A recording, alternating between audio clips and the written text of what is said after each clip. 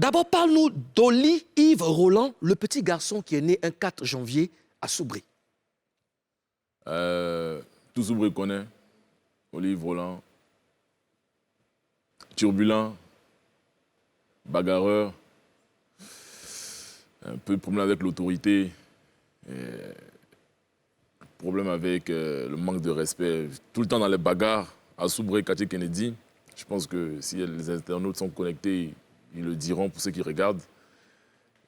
Nous, on aime les détails. Tu as un cas quand même. quel discours les autorités? Tu as quel discours les gens, les bagarres là? Non, moi, en fait, les adultes, tout le monde. Tu me manquais de respect. C'est lancé en même temps. Tout de suite, on partait ça. Il n'y avait pas d'histoire de on bégaye, un truc. Même si tu as me frappé, on se bat. Et puis après, on voit ce qui se passe. C'est de ça qu'il s'agit. Alors, tu aurais pu faire un autre boulot. Pourquoi avoir choisi de faire parler avec les gens qui ne t'ont même pas provoqué? Et puis, tu as fait de ça un sport. Pourquoi? Mais se bagarrer gratuitement au quartier. Et puis se bagarrer pour qu'on te paye. Le Nazouéké. Tu préfères le jet. Voilà, le Sika, c'est mieux. Ouais. Est-ce que ça te plaît de donner des coups courants et de prendre des coups? Est-ce que souvent ça t'est arrivé de vouloir abandonner? Bien sûr. Les combats sont durs, hein. C'est comme la vie. C'est comme la vie. Tu as des projets, tu es sur des projets, tu taffes. Et puis souvent, c'est tellement difficile que dans ta tête, mentalement, tu te dis, tu as tout donné. Est-ce que tu dois continuer? Est-ce que tu n'as pas t'arrêter? Souffler un peu. C'est comme ça le combat. Tu t'entraînes, tu montes dans le ring. Tu as beau être mieux préparé dans ta tête pour toi, même avec ton staff. Mais souvent, il y a des combats, c'est tellement, tellement difficile, tellement dur. Il faut avoir beaucoup de résilience, au fait, pour continuer d'accepter, d'avancer, malgré les difficultés. Mais ce n'est pas évident.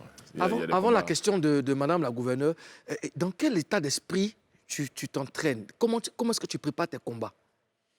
Ben pour moi, c'est un boulot, quoi. C'est comme quand vous venez ici, quand toi, tu prépares des concerts, quand tu prépares des événements, elle aussi, des choses, c'est pareil. Tu prépares ton truc dans un état d'esprit pour gagner. Après, pour moi, c'est quelque chose d'un peu personnel, entre guillemets, chaque combat. Je prends ça vraiment au sérieux. C'est pas un truc que je prends à la légère. C'est un métier que j'ai choisi. Je sais que pour performer ou pour faire du résultat, pour gagner, il faut s'entraîner 3 fois plus que la normale. Tu le fais, mais malgré ça, il n'y a pas de garantie de succès. Donc tu t'imagines qu'on ne rigole pas. L'entraînement, c'est vraiment dans ta tête. Tu es dans le truc, tu es focus, tu fais ça, tu fais ça. Le ring, c'est comme la vie, quoi. Est-ce qu'il y a des gens qui acceptent d'être des adversaires pour tes entraînements? Il y a des gens qui acceptent. Bien sûr. C'est pas chiffon que c'est les gens. Là, si les gens ont qu'à de venir, c'est pas pour se... C'est des athlètes aussi. D'accord. Des athlètes. Depuis 13 ans que je fais ça, j'ai formé assez d'athlètes ivoiriens, mais qui n'ont pas le même poids que moi. D'autres ont sensiblement le même poids que moi, différence de poids de 10-15 kilos. La plupart du temps. C'est pas facile pour moi, parce que j'ai pas vraiment de vis-à-vis en termes pour l'entraînement au pays qui a mon poids ou bien qui est plus lourd que moi. Voilà, donc c'est compliqué. Les gars sont de qualité.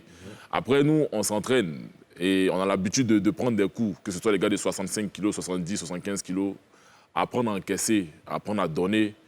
On est habitué à ça. Donc après, les gars, ils n'ont pas peur. Ils viennent, on tourne, ils me mettent même en difficulté même s'ils ont moins de poids que moi.